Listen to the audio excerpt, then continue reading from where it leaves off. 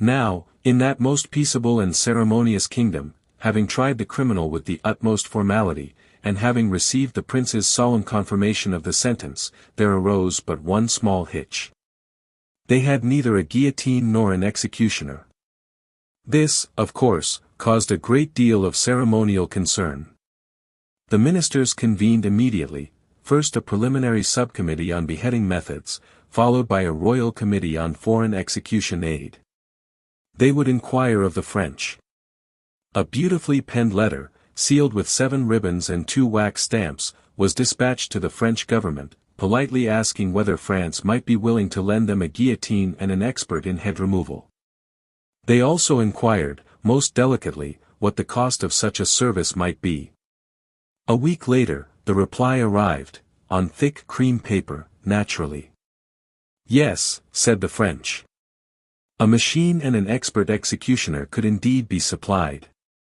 The cost, 16,000 francs. The ministers, in solemn procession, laid the matter before the king. The king, upon hearing the figure, furrowed his royal brow. He walked 3 times around his golden throne, scratched his royal beard, and finally said, 16,000 francs. The wretch is not worth the money.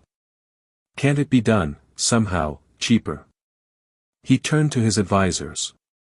16,000 francs is more than 2 francs a head for the entire population.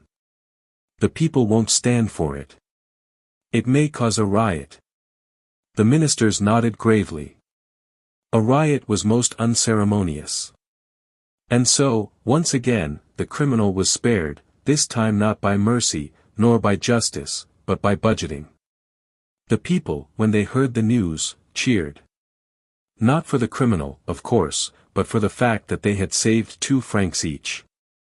Meanwhile, the condemned man waited in his cell, both alive and increasingly confused.